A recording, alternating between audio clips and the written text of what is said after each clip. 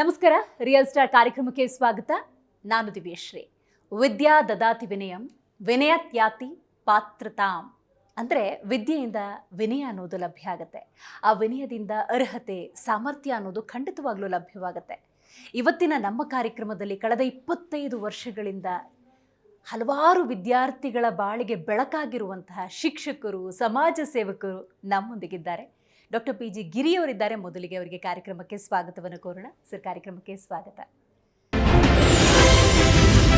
Shri PG ಗಿರಿ, ವೆಂಕಟಗಿರಿ ಶಿಕ್ಷಣ ತಜ್ಞರು. ಮಾಲೂರಿನ ಮಾಸ್ತಿ ಹೋಬಳಿಯ ಪಿಂಚಕುಂಟರಹಳ್ಳಿಯ ಡಾಕ್ಟರ್ PG ಗಿರಿ ಲಕ್ಷಾಂತರ ಗ್ರಾಮೀಣ ವಿದ್ಯಾರ್ಥಿಗಳ ಬದುಕಿಗೆ ಬೆಳಕು ತಂದ ಶಿಕ್ಷಣ ಕ್ರಾಂತಿಕಾರಿ. ವಿಜಿ ಎಜುಕೇಶನ್ ಮೂಲಕ 30,000 ಬಡ ವಿದ್ಯಾರ್ಥಿಗಳಿಗೆ ಉಚಿತ ಇಂಗ್ಲಿಷ್ ಶಿಕ್ಷಣ, ಕೋವಿಡ್ ವೇಳೆ 60,000 ವಿದ್ಯಾರ್ಥಿಗಳಿಗೆ ಉಚಿತ ಕಲಿಕೆ ಒದಗಿಸಿದ್ದಾರೆ. ರಕ್ತದಾನ, ಆರೋಗ್ಯ ಶಿಬಿರ, ವೃಕ್ಷ ಸೇವೆ ಸೇರಿದಂತೆ ಅನೇಕ ಸಮಾಜಮುಖಿ ಕಾರ್ಯಗಳ ಮೂಲಕ ಗುರುತಿಸಿಕೊಂಡಿರುವ ಇವರು ವಿದ್ಯಾರ್ಥಿಗಳ ಭವಿಷ್ಯಕ್ಕಾಗಿ ನಿರಂತರ ಶ್ರಮಿಸುತ್ತಿರುವ ಜನಸೇವಕರಾಗಿದ್ದಾರೆ. ಇವರಿಗೆ G Kannada news real star award ನೀಡಿ ಗೌರವಿಸಲು ನಮಗೆ ಹೆಮ್ಮೆಯಾಗುತ್ತಿದೆ. ಆಗ್ತಾ ಇದೆ. ಅದರಲ್ಲೂ ಗ್ರಾಮೀಣ ಭಾಗದಲ್ಲಿ ನಾವು ಯಾವುದೋ ಒಂದು ಮೂಲೆಯಲ್ಲಿ ಕೆಲಸ ಮಾಡ್ಕೊಂಡಿರ್ತೀವಿ, ನಮ್ಮಂಥವ್ರನ್ನೆಲ್ಲ ಗುರುತಿಸಿ ಒಂದು ಅವಾರ್ಡ್ ಕೊಟ್ಟಿರೋದು ತುಂಬ ಒಂದು ಹಳ್ಳಿಗಾಡಿನ ಜನಕ್ಕೆ ಇನ್ನಷ್ಟು ಇನ್ಸ್ಪಿರೇಷನ್ ಕೊಟ್ಟಂಗಾಯಿತು. ಸೊ ನಿಮ್ಮ ಜಿ ವಾಹಿನಿಗೆ ತುಂಬ ಧನ್ಯವಾದಗಳು ಹೇಳೋದಕ್ಕೆ ಇಷ್ಟಪಡ್ತೀನಿ. 25 ವರ್ಷಗಳ ಸಮಾಜ ಸೇವೆ ನಿಮ್ಮದು. ಇವತ್ತು ಈ ಸಾಧಕರ ಸ್ಥಾನದಲ್ಲಿ ನೀವು ಕೂಡ ಕೂತ್ಕೊಂಡಿದ್ದೀರಿ. ಶಿಕ್ಷಣದಲ್ಲೊಂದು ಕ್ರಾಂತಿಯನ್ನು ಮಾಡಬೇಕು, ಗ್ರಾಮೀಣ ಪ್ರತಿಭೆಗಳು ದೊಡ್ಡ ಮಟ್ಟದಲ್ಲಿ ಬೆಳಿಬೇಕು, ಅವರಿಗೊಂದೊಳ್ಳೆ ಶಿಕ್ಷಣ ಕೊಡಬೇಕು, ಸುಲಲಿತವಾಗಿ ಮಾತಾಡಬೇಕು. ನಿಮ್ಮ ಆಸೆ ಆಶೋತ್ತರಗಳು ಇಷ್ಟರ ಮಟ್ಟಿಗೆ ದೊಡ್ಡದಾಗಿದೆ ಅನ್ನೋದಾದರೆ ಮೂಲದಲ್ಲಿ ಏನಾದರೂ ಪ್ರೇರಣೆ ಅನ್ನೋದು ಇದ್ದೇ ಇರುತ್ತೆ. ಏನು ಪ್ರೇರಣೆ ಆಯಿತು ಸರ್ ನಿಮ್ಮ ಬದುಕಲ್ಲಿ? ಸೊ ಮೂಲದಿಂದ ಹೇಳ್ಬೇಕಾದ್ರೆ ಎಜುಕೇಷನ್ ಅನ್ನೋದು ನಮ್ಮ ಕುಟುಂಬಸ್ಥರಲ್ಲಿ ನಾನು ಮೊದಲಿಗ ಎಜುಕೇಟೆಡ್, ಎಲ್ಲರೂ 8th 7th ಈ ರೀತಿ ಮೊದಲು ಮಾಡಿದ್ದವರಿದ್ದರು. ಹೇಳ್ಬೇಕಾದ್ರೆ ನಾವು ಸುಮಾರು ನಮ್ಮ ಟೋಟಲ್ ನಮ್ಮ ಸಮುದಾಯ ಅಂತ ಏನು ಕರಿತೀವಿ, ನಮಗೆ ಗೊತ್ತಿರುವಂಥ ಸಂಬಂಧಿಕರಲ್ಲಿ ನಾನು ಮೊದಲಿಗ. ಅಲ್ಲಿಗೆ ನಾನು ಒಬ್ಬ ಮಾದರಿ ಆಗ್ಬೇಕಾದ್ರೆ ನಾನು ಫಸ್ಟ್ ಆಫ್ ಆಲ್ ಎಜುಕೇಟೆಡ್ ಆಗಬೇಕು. ಅದೇ ನನಗೆ ನಾನೇ ಅರ್ಥ ಮಾಡ್ಕೊಂಡಿದ್ದು. ನಮ್ಮ ಸಮುದಾಯದಲ್ಲಿ ಆಗ ಕುಂಟೆ ರೀತಿ ಏನೋ ಒಂದು ಪಾಂಡ್ ರೀತಿ ಇದ್ದಂಥ ಒಂದು ಜನ್ರೇಷನ್ ನಮ್ಮದು. ಹಾಗಾಗಿ ಪ್ರಪಂಚ ಜ್ಞಾನ ಇಲ್ಲ, ಇರೋದ್ರಲ್ಲಿ ನಾನು ಬೆಟರ್ ಆಗಿರಬೇಕು ಅನ್ನೋದು ನಾನು ಮೂಲತಃ ಥಿಂಕ್ ಮಾಡಿದ್ದು. ಆ ನಿಟ್ಟಿನಲ್ಲಿ ಈ ಒಂದು ಫಸ್ಟ್ ಸ್ಟೆಪ್ ಅದಾಯಿತು. ಖಂಡಿತ. ನಿಮ್ಮ ಬಾಲ್ಯ, ನಿಮ್ಮ ಬದುಕು, ನಿಮ್ಮ ವಿದ್ಯಾಭ್ಯಾಸ, ನೀವು ನಿಮ್ಮ ಬದುಕನ್ನು ಹೇಗೆ ಕಟ್ಕೊಂಡ್ರಿ, ಆ ಜರ್ನಿ ತಿಳಿಸ್ಬೋದಾ? ಡೆಫಿನೆಟ್ಲಿ. ಪ್ರತಿಯೊಬ್ಬರಿಗೂ ಎಲ್ಲೋ ಒಂದು ಕಡೆ ಒಂದು ಜ್ಞಾನೋದಯ ಅನ್ನೋದು ಸ್ಟಾರ್ಟ್ ಆಗುತ್ತೆ. ಬೇಸಿಕಲಿ ಹೇಳ್ಬೇಕಾದ್ರೆ ನಾನು 5th ಸ್ಟ್ಯಾಂಡರ್ಡ್ ಫೇಲ್ಡ್ ಸ್ಟೂಡೆಂಟ್. ಆಗ ಯಾರು 5th ಸ್ಟ್ಯಾಂಡರ್ಡ್ ಫೇಲ್ ಆಗ್ತಾ ಇರಲಿಲ್ಲ. ಹೌದು. ಹಾಗಾಗಿ ನಾನು 5th ಸ್ಟ್ಯಾಂಡರ್ಡ್ ಫೇಲು, 5th ಸ್ಟ್ಯಾಂಡರ್ಡ್ನ ಸೆಕೆಂಡ್ ಟೈಮ್ ನಾನು ಪಾಸ್ ಮಾಡಿದ್ದು. ಹಾಗಾಗಿ ಆಗ ಅಂದ್ಕೊಂಡೆ ನನ್ನಲ್ಲಿ ಏನು ಕಡಿಮೆ ಇದೆ, ಸೊ ನನ್ನಲ್ಲಿ ಏನೋ ಕಡಿಮೆ ಇದೆ ಅಂದರೆ ಅದನ್ನ ರೈಸ್ ಮಾಡ್ಕೊಳ್ಳೇಬೇಕು ಅಂತ ಡಿಸೈಡ್ ಮಾಡಿ ಅಲ್ಲಿಂದ ನಾವು ಹೊಸ ರೀತಿಲಾಗಿ ಎಲ್ಲ ಸ್ಟೂಡೆಂಟ್ಸ್ಗಿಂತ ಭಿನ್ನವಾಗಿ ನಮ್ಮ ಆ್ಯಟಿಟ್ಯೂಡಲ್ಲಿ, ಟೈಮ್ ಸೆನ್ಸಲ್ಲಿ ನಾವು ಯಾವ ರೀತಿ ನಾಲೆಡ್ಜ್ನ ಅಕ್ವೈರ್ ಮಾಡ್ಕೋಬೇಕಾದ್ರೆ ನಾವು ಯಾವ ರೀತಿ ಆ್ಯಟಿಟ್ಯೂಡ್ ಇಟ್ಕೋಬೇಕು, ದೊಡ್ಡವ್ರನ್ನ ಹೆಂಗೆ ಗೌರವಿಸ್ಬೇಕು, ಅಲ್ಲಿಂದ ಬೇಸಿಂದಾನೇ ನಮಗೆ ಸ್ಟೆಪ್ ಬೈ ಸ್ಟೆಪ್ ಬಂತು. ಎಲ್ಲರೂ ನಮ್ಮನ್ನು ಪ್ರೀತಿ ಮಾಡೋರಾದರು. ನನ್ನಲ್ಲಿ ಬದಲಾವಣೆ ಆಯಿತು ಅಲ್ಲಿ. ಹಾಗಾಗಿ ಎಲ್ಲರೂ ನಮ್ಮನ್ನು ಪ್ರೀತಿ ಮಾಡೋರಾಯಿತು. ನಾಲೆಡ್ಜ್ ತನಗೆ ತಾನಾಗೆ ನಮ್ಮ ಹತ್ರ ಬಂದು ಸೇರೋ ಥರ ಆಯಿತು. ಹಾಗಾಗಿ ಅಲ್ಲಿಂದ ಶುರುವಾಗಿದ್ದು ಇಲ್ಲಿವರೆಗೂ ಆ ಕಾಲದ ಒಂದು ಬೀಜ, ಒಂದು ಸಸಿ ಇವತ್ತು ಹೆಮ್ಮರವಾಗಿ ಬೆಳೆದಿದೆ. ಖಂಡಿತ. ನಿಮ್ಮ ಬಾಲ್ಯದ ಬದುಕನ್ನು ಹೇಳಿ. ಹಾಗಾದರೆ ನಿಮ್ಮ ತಂದೆ ತಾಯಿ, ನಿಮ್ಮ ಕುಟುಂಬ, ನೀವು ಎಜುಕೇಷನ್ನ ಎಲ್ಲಿ ಮಾಡಿದ್ರಿ, ಇದ್ರ ಬಗ್ಗೆ ತಿಳಿಸ್ಬೋದಾ? ನಾವು ಮಾಸ್ತಿ ಅಂತ ಬರುತ್ತೆ, ಎಲ್ರಿಗೂ ಗೊತ್ತಿರೋಂಗೆ ಮಾಸ್ತಿ ಕನ್ನಡದ ಆಸ್ತಿ ಅಂತಾರೆ. ಮಾಸ್ತಿ ವೆಂಕಟೇಶ ಅಯ್ಯಂಗಾರರು ಅವರ ಊರಾದಂಥವ್ರು. ಮಾಸ್ತಿಯಿಂದ ಒಂದು 2-3 ಕಿಲೋಮೀಟರ್ ದೂರದಲ್ಲಿ ಒಂದು ಕುಗ್ಗು ಗ್ರಾಮ ನಮ್ಮದು. ಅಂದರೆ ಏನೂ ಫೆಸಿಲಿಟಿ ಇಲ್ಲ ಅಂತ ಒಂದು ಗ್ರಾಮ, ಪಿಚ್ಚಗುಂಟ್ರಹಳ್ಳಿ ಅಂತ. ಆ ಹಳ್ಳಿನಲ್ಲಿ ಹುಟ್ಟಿದವರು ನಾನು. ಹುಟ್ಟಿದ ನಂತರ ಒಂದು ನಮ್ಮ ಅಜ್ಜಿಯವರು ಆದಂಥ ಹೊಸಕೋಟೆ ತಾಲೂಕು ಮುತ್ತುಕದಳ್ಳಿ ಅನ್ನೋ ಗ್ರಾಮದಲ್ಲಿ ಒಂದು 1 ವರ್ಷ 2 ವರ್ಷದಿಂದಾನೆ ಅಲ್ಲಿಂದ ನಮ್ಮ ಅಜ್ಜಿಯವರು ಸಾಕೊಂಡಿದ್ದು ನಮ್ಮನ್ನ. ಹಾಗಾಗಿ ಅಲ್ಲಿ ನಮಗೊಂದು 15 ವರ್ಷ ಚೆನ್ನಾಗೆಲ್ಲ, ಒಂದು 13ರಿಂದ 15 ವರ್ಷ ಚೆನ್ನಾಗೆಲ್ಲ ಒಂದು ರೀತಿ ಚೆನ್ನಾಗಿ ನೋಡಿಕೊಂಡು ಒಂದು ರೀತಿ ರಿಚ್ ಕಿಡ್ ಥರ ನಮ್ಮನ್ನು ಬೆಳೆಸ್ತಾ ಬಂದರು. ಅದೇನಾಯಿತು, ಲೆಕ್ಸುರಿ ಜಾಸ್ತಿ ಆಯಿತು, ನಾಲೆಡ್ಜ್ ಕಡಿಮೆ ಆಯಿತು. ಸೊ ಹಾಗಾಗಿ ಅದು ಯಾವಾಗ ಅಲ್ಲಿಂದ ನೆಕ್ಸ್ಟು ಏನು 5th ಸ್ಟ್ಯಾಂಡರ್ಡ್ ವರ್ಗೂ ಅಲ್ಲಿ ಓದಿದ್ವಿ, ಪ್ರೈಮರಿ ಸ್ಕೂಲ್ ಮುತ್ತುಗದಳ್ಳಿ ಅಂತ, ಮತ್ತೆ ಮಿಡ್ಲ್ ಸ್ಕೂಲ್ ಒಂದು 5th ಸ್ಟ್ಯಾಂಡರ್ಡ್ ಸೆಕೆಂಡ್ ಟೈಮ್ ಮಾಡಿದ್ದು ಕಲ್ಕುಂಟೆ ಅಗ್ರಹಾರ ಅಂತ, ಸೇಮ್ ಹೊಸಕೋಟೆ ತಾಲೂಕು, ಬೆಂಗಳೂರು ಗ್ರಾಮಾಂತರ ಅಂತ ಏನು ಕರಿತೀವಿ ಅಲ್ಲಿ. ತದನಂತರ ಮಾಸ್ತಿ, ಮಾಲೂರು ತಾಲೂಕಿನ ಮಾಸ್ತಿನಲ್ಲಿ ಮಿಡ್ಲ್ ಸ್ಕೂಲ್ 6th ಇಂದ 10th ಮತ್ತು PUC ಅಲ್ಲಿ ಮಾಡ್ಕೊಂಡ್ವಿ. ನೆಕ್ಸ್ಟ್ ಡಿಗ್ರಿ ಮಾಲೂರು, ತದನಂತರ ಅದರದ್ದೇ ಆದಂಥ ಜನರಲ್ ಕೋರ್ಸಸ್ನ ಮಾಸ್ಟರ್ ಡಿಗ್ರಿನಲ್ಲಿ ಮುಗಿಸ್ಕೊಂಡ್ವಿ. ಓಕೆ, ವಿದ್ಯಾಭ್ಯಾಸ ಆಯಿತು, ನಿಮ್ಮ ಬಾಲ್ಯದ ಜೀವನ ಆಯಿತು, ನೀವು ಹೇಳಿದ್ರಿ ಒಂದೊಳ್ಳೆ ಅವಕಾಶಗಳಿತ್ತು, ಒಳ್ಳೆ ರೀತಿಲೇ ಕಡು ಕಷ್ಟದ ಅಂಥ ಜೀವನವನ್ನು ಅನುಭವಿಸದೆ ನೀವೇನೋ ಜೀವನವನ್ನು ನಡೆಸಿದ್ರಿ. ನಿಮ್ಮ ಬದುಕು ಕಟ್ಕೋಬೇಕಲ್ಲ, ಉದ್ಯೋಗ ಬೇಕಲ್ಲ, ನೀವು ನಿಮ್ಮ ಆರ್ಥಿಕ ಪರಿಸ್ಥಿತಿ ಸುಧಾರಿಸ್ಬೇಕಲ್ಲ, ಈ ನಿಟ್ಟಿನಲ್ಲಿ ಏನು ಮಾಡ್ತಾ ಹೋದ್ರಿ? ಶಿಕ್ಷಕ ವೃತ್ತಿಗೆ ನೇರವಾಗಿ ನೀವು ಜಾಯ್ನ್ ಆಗ್ತಾ ಹೋಗ್ತೀರಾ ಅಥವಾ ಹೇಗೆ? ಇಲ್ಲ, ಆ್ಯಕ್ಚುಲಿ ಹೇಳ್ಬೇಕಾದ್ರೆ ನಾನು ಬೇಸ್ ಹಾಕ್ಕೊಂಡಿದ್ದು ನಮಗೆ ಗೊತ್ತಿರೋದನ್ನ 4 ಜನಕ್ಕೆ ಹೇಳ್ಕೊಡ್ತಾ ಬಂದೆ. ಇಲ್ಲಿಂದ ನನ್ನ ಮಿಡ್ಲ್ ಸ್ಕೂಲಿಂದಾನೇ ನಾನು ಟೀಚರ್, ಅಲ್ಲಿಂದ ನಾನು ಟ್ಯೂಷನ್ನ ಸ್ಟಾರ್ಟ್ ಮಾಡಿದೆ. ನನಗೆ ಗೊತ್ತಿರೋದು, ನಾನು 7th ಅಲ್ಲಿದ್ದೀನ, 5th ಅವ್ರಿಗೆ 4th ಅವ್ರಿಗೆ ಟ್ಯೂಷನ್ ಮಾಡ್ತಾ ಇದ್ದೆ.